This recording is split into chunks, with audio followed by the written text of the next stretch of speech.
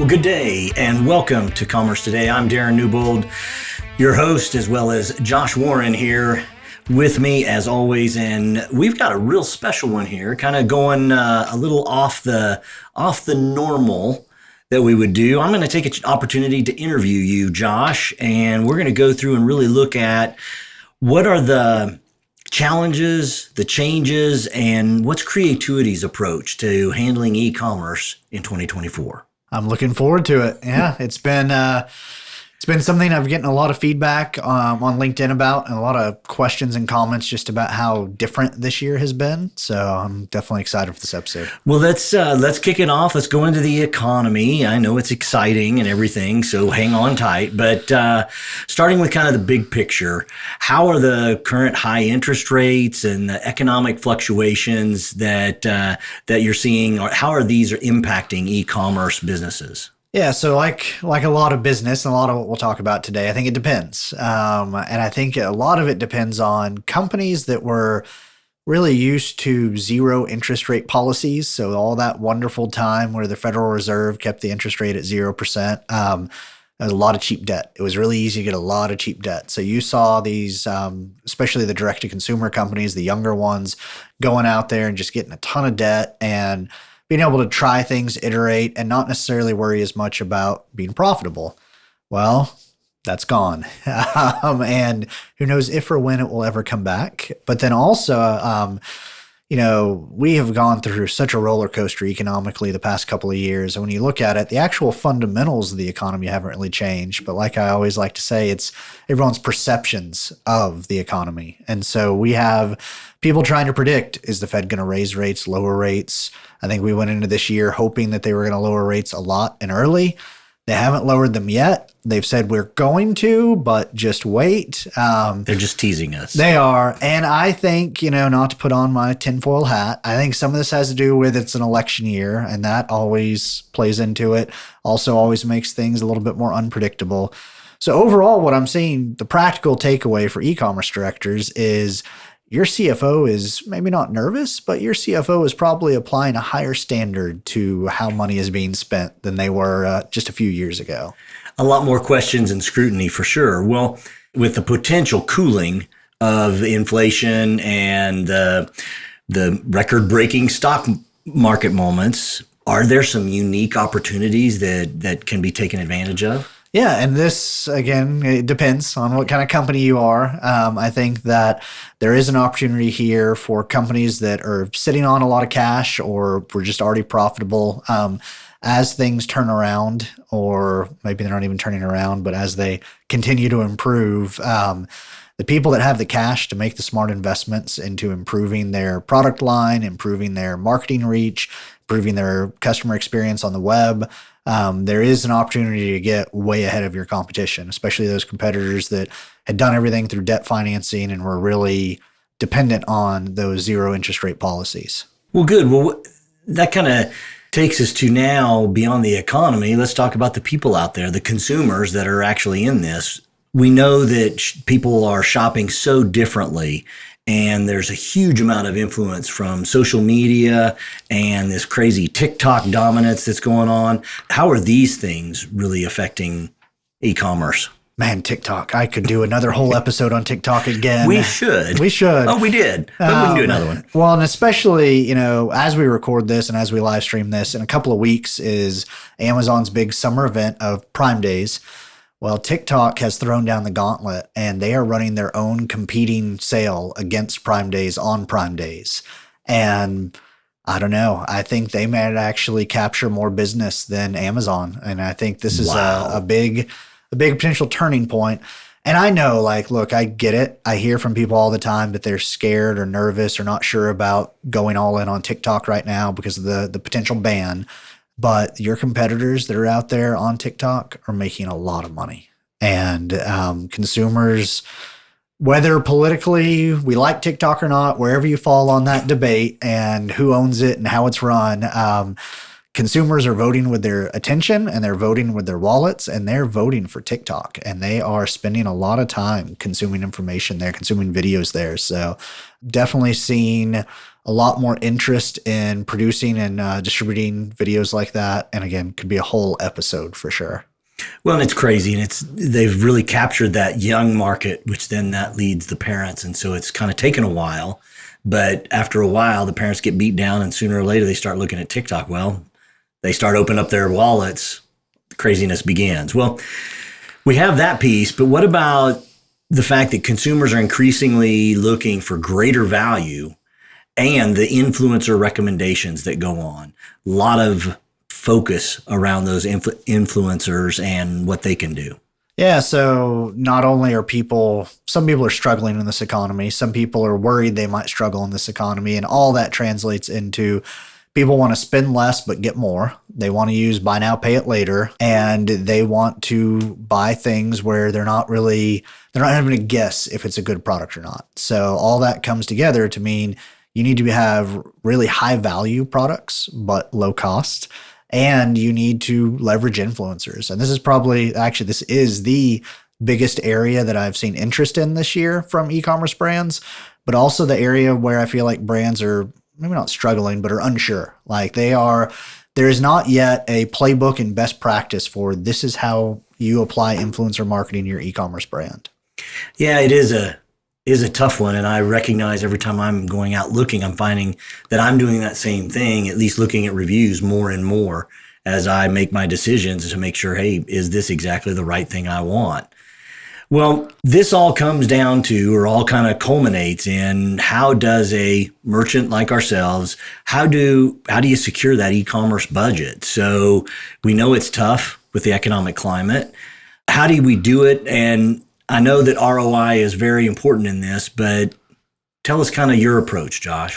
Yeah. So whether your company is struggling or not, even if your company is successful, how every single dollar is being spent is being scrutinized. And that is why it is so important. Years ago, especially back in zero interest rate times, you could say, we want to try this awesome new experimental e-commerce platform. We're going to do a pilot project with it. And maybe it's going to be a big hit, maybe it's not. And people were a little more open to that. Now you need to show a return on investment. You need to show it fast or your projects aren't going to be approved. And it's really all about how do you use the money you currently have to make more money to then do it again and again and again versus more of those long-term big projects. And, within the industry, we've joked even on this podcast before about how just a couple of years ago, the analysts were saying it's going to be the year they replatform. Everyone's going to replatform. And then a year later, those same analysts said, no one's replatforming. Who would ever suggest there's going to be a wave of replatforming? And they've never really said why they changed their opinions. But I think it comes back to this, that a replatforming project is long, it's time consuming, it's cash consuming. If you do it right, you could see a great ROI on it, but it could take you 6 to 12 months versus if you have an existing site that you can go in and you can apply some low-hanging fruit type optimizations to get a payback within a few weeks. Well, people are going to pick the quick payback over the big replatform. Yeah, it's that whole fear, uncertainty, and doubt and worrying about that. Well, when it comes to these e-commerce budgets and working through this, how is Creatuity helping clients justify their e-commerce investments? So we have been getting a little bit more in the trenches with the e-commerce directors that we work with. And we really used to, it would be enough to basically say, here's the estimate, here's what this project's going to take, here's kind of what we think the ROI is going to be. And now it's much more, okay, let us help you talk to your CFO. Let us help you kind of do the type of analysis you need to do to show them that you've done kind of this deep dive into the numbers and really back up those numbers. But then also, from the very beginning of Creatuity, I've always said launch early, launch often. So do MVP, do small phases. And that has been a huge focus this year of let's not do the big waterfall, 12-month long, amazing redesign of your site. Let's do the 30-day version of that and then just iterate on it constantly. And that helps so much when people can see, okay, not only can I look at the site and see the experience is better, but I can look at our analytics. I can look at the money coming into our account and see the site's performing better. That just instantly, as an e-commerce director, gives you so much more credibility to go back to your CFO and say, okay, we did phase one. Here are the results. Here's what we project for phase two. Here's why we believe this. Can we get the okay to move forward? Absolutely. Absolutely. Well, as we're doing all of this, I know you've spent some time and we've really revamped some things here in a really exciting way, and they're out on our site now. So Josh, why don't you talk us through the new solutions and kind of the approach that we're using to tackle some of these challenges? So I noticed kind of two trends that came together. And the first is all this fun stuff with the economy and changes in consumer behavior we just talked about. But then also, as the decision makers get younger or have different experiences, sales is changing too. And people don't like big, long, complicated sales processes. So I use this as an opportunity to go back to the drawing board and say, what can we do as an agency to be more agile, to meet people where they are? And so that's why we launched a number of accelerators onto our website. You can go on our website, you can buy these. Even if you're working with another agency, we can come in alongside them. Doesn't need a big, long negotiation or contract process. And we can come in, we can audit your performance, we can audit your accessibility, your user experience, your e-commerce strategy, a lot of different kind of to allow brands to figure out, okay, our in-house team plus our current agency are really strong in these three areas, but maybe not as strong in this fourth. Let's bring Creatuity in as the experts to help in that fourth area. And that, while it's not as large of an engagement as our engagements have been historically, I feel like it's also just a service back to the e-commerce community, because trying to get the budget approved for that big engagement is so hard right now. At the same time, e-commerce directors are still expected to show growth, to show improvement, to drive more profitability. So I figure this is a good way to help without having to really go up against all those challenges with getting a really big budget allocated. Absolutely. Kind of those bite-sized pieces that you kind of need to do. Well, along that, what about doing more platform agnostic work? And you talked about kind of maybe some accelerators, but also audits or headless projects. What does that look like for 2024? Yeah. So one of the posts that got a lot of feedback this week was one where I talked about our headless accelerator and how we have built out this approach to headless that we can really apply to a number of different e-commerce platforms to boost your site performance. And I say boost to like make it amazing. And that again was an answer to people saying, hey, we can't get the budget approval in this economy to re-platform our entire site, especially to a enterprise level platform. So we said, okay, here's a way we can offer a service where you don't have to change platforms. We're not going to move you onto one of the platforms that we historically were doing all of our work on. Instead, we're just going to kind of decouple this and look at it almost through the eyes of how the Mock Alliance looks at it with all the composable stuff. And we're going to find a way to help you boost your site performance through a new headless solution that doesn't require you to switch platforms. That's awesome. That sounds fantastic. Well, ultimately, at the end of the day, how do all of these services, whether it's an accelerator, an audit, or a headless type of project, how do all of these services help our clients stay competitive and agile in today's market? They really all tie back to my ethos that I have had in this business, as far as we want to partner with our clients, and whether they are, huge Fortune 500s with very large budgets, or they're a small startup, kind of 1-person, 2-person startup. We want to be able to come alongside you, and we want to help you grow your business. I've always said, when you win, we win. Because if we're delivering things that drive e-commerce profitability, you're probably going to get approval for more budget to drive even more profitability. So that's really, while they're new services and new names for them and things like that, it's really continuing to do business the way we always have, just trying to find a way to adapt it so that your CFO, your CEO, your executive sponsors can get on board and understand it, and maybe make your job a little bit easier as an e-commerce director. Well, great. So when, as we kind of conclude and put this all together, what's kind of the last kind of your key advice to your e-commerce businesses looking to thrive in 2024?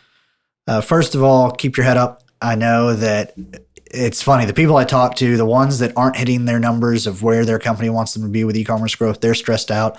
The ones that are hitting their numbers, they're stressed out. Like either way, everyone's a little stressed out right now. So if you feel stressed out, you are not alone. There's definitely a lot of that going around right now. Don't believe all the people selling e-commerce courses out there that tell you that everything's wonderful and easy. It's work. And that would probably be my biggest thing to the e-commerce directors specifically. But then overall, performance and accessibility. We've been talking about those a lot this year, but those are probably the biggest things. Influencer marketing can drive a lot of traffic to your site, but if your site is slow, if you're providing a poor experience, it's not going to convert. And so go back to kind of the basics of looking at your site's performance and accessibility. Yeah, and that's the difference between a kind of a complex problem of the influencer side where there's not a real known answer. It's kind of a bit of a cauldron, whereas it's a complicated problem of performance and accessibility, but it is solvable. There are ways to really make that a hit. Well, last but not least, Josh, just to kind of as our parting question, hey, any final thoughts and recommendations for our listeners? Get plugged into a community. There's a lot of good e-commerce communities out there. I'm working to build one kind of through LinkedIn as well. So whether it's with me or with someone else, get connected. Don't go at this alone. If you do want to connect with me on LinkedIn, send me a message. Let me know where you're struggling or where you're succeeding.